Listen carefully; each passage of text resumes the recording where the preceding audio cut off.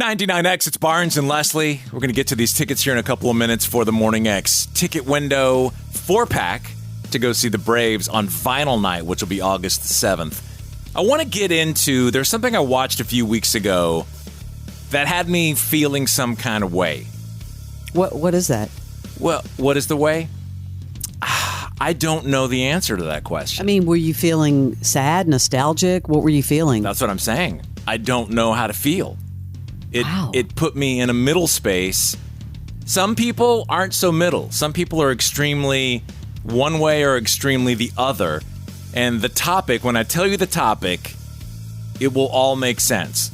And instead of just saying it, I'm going to play the trailer for what I watched, and then let's discuss. Okay. 4 guys in a van that shouldn't have made it 2 miles, and they were living the dream. In the 2000s, there wasn't a band on the planet that got more radio airplay than Nickelback. How You Remind Me has been considered one of America's most played songs ever. All of that exposure triggered a reaction. Why does everybody hate Nickelback? Nickel bad, nickel hack, nickel bomb, nickel creed. Nobody picks up a guitar to be in the most hated band in the world. They were part of cancel culture before we had a name for it. It's kind of just like a long-running meme. They became the most hated band in music. We try and laugh it off. You can laugh off about 90% of it, and some of it hurts. The complaints about Nickelback aren't unusual. Their songs are formulaic. But I think sometimes people want to hear vacuous, dumb shit. He's an amazing frontman, you know. He's a badass. I've always felt a sense of loneliness about Chad. I don't have an identity without this band.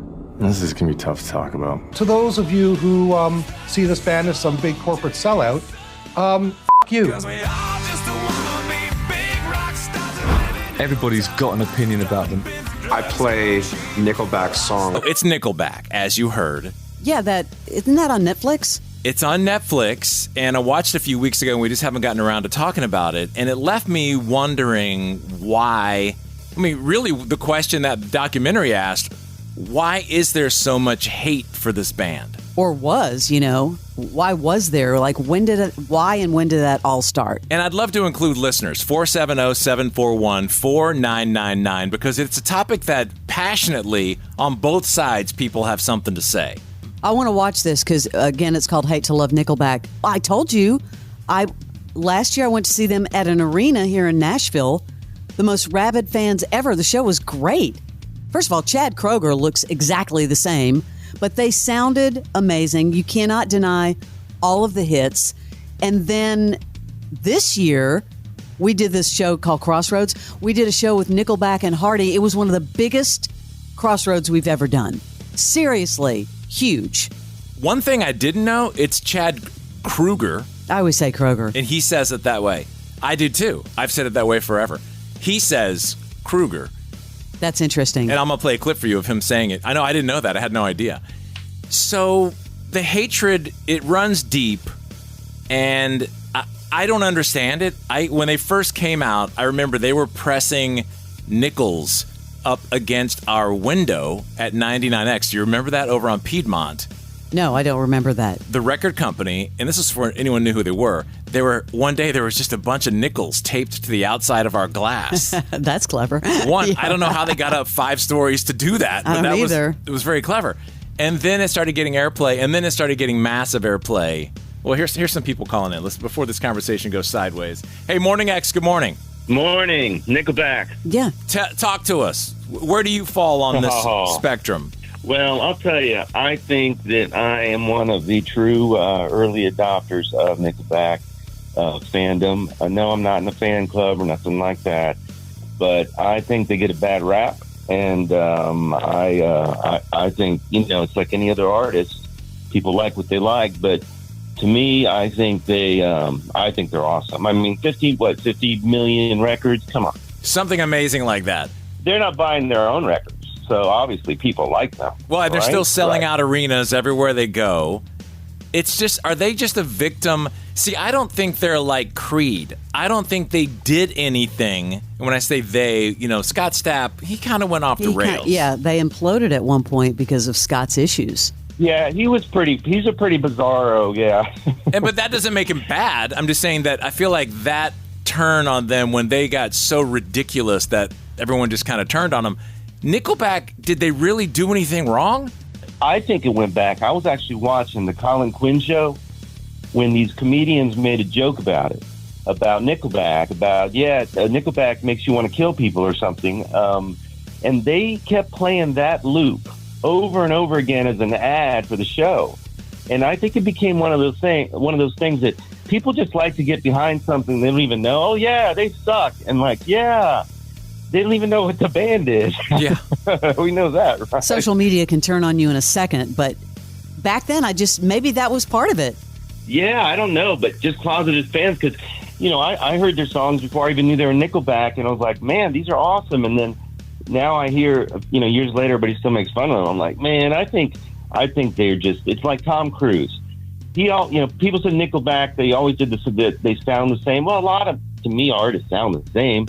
Tom Cruise is the same guy in every movie, but some people love him. Yeah, you're right. That is a good analogy. Nickelback, though, besides Rockstar, I thought that was a real... But their crunchy stuff on the early albums and even some of the more recent stuff, look, they can craft a song.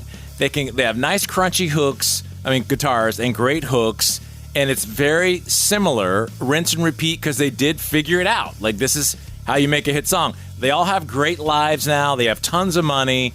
And I'm shocked that they would do a documentary about why do people hate Nickelback.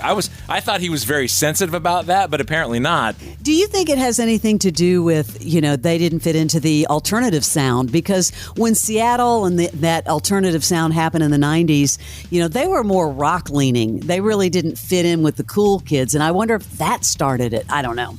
I'm just saying, they have an amazing fan base. Appreciate you calling in, sir. Have a good day. Hey, you too. Thanks. Thank you.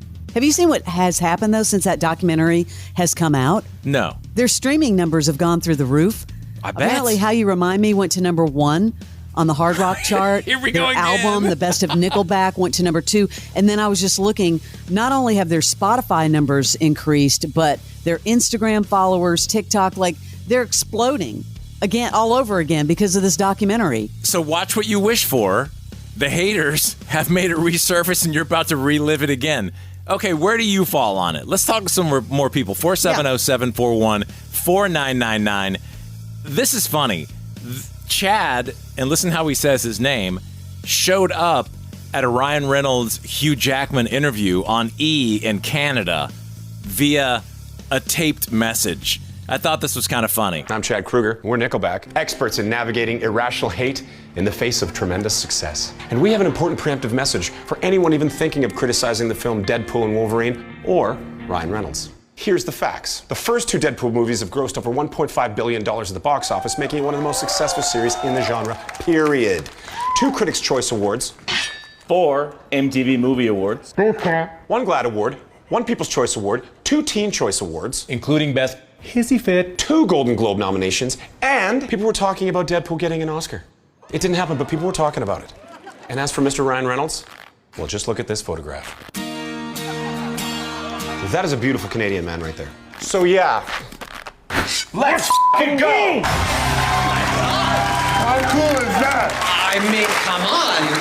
I love those guys. I'm just still stuck the fact that you're actually cool in all these years. You're cool. You had no idea. I had no idea. My daughter's around here somewhere. I'll make sure she heard that. Oh, my God. I love those guys. I mean, in one special edition Deadpool thing that we shot and did, Deadpool just goes off on Nickelback hate. I remember. Against Fred Savage, who dares to trash the back. And so Deadpool went in hard. Oh, yeah. All right, so where do you stand? You love them? You hate them? 470-741-4999. This is 99X.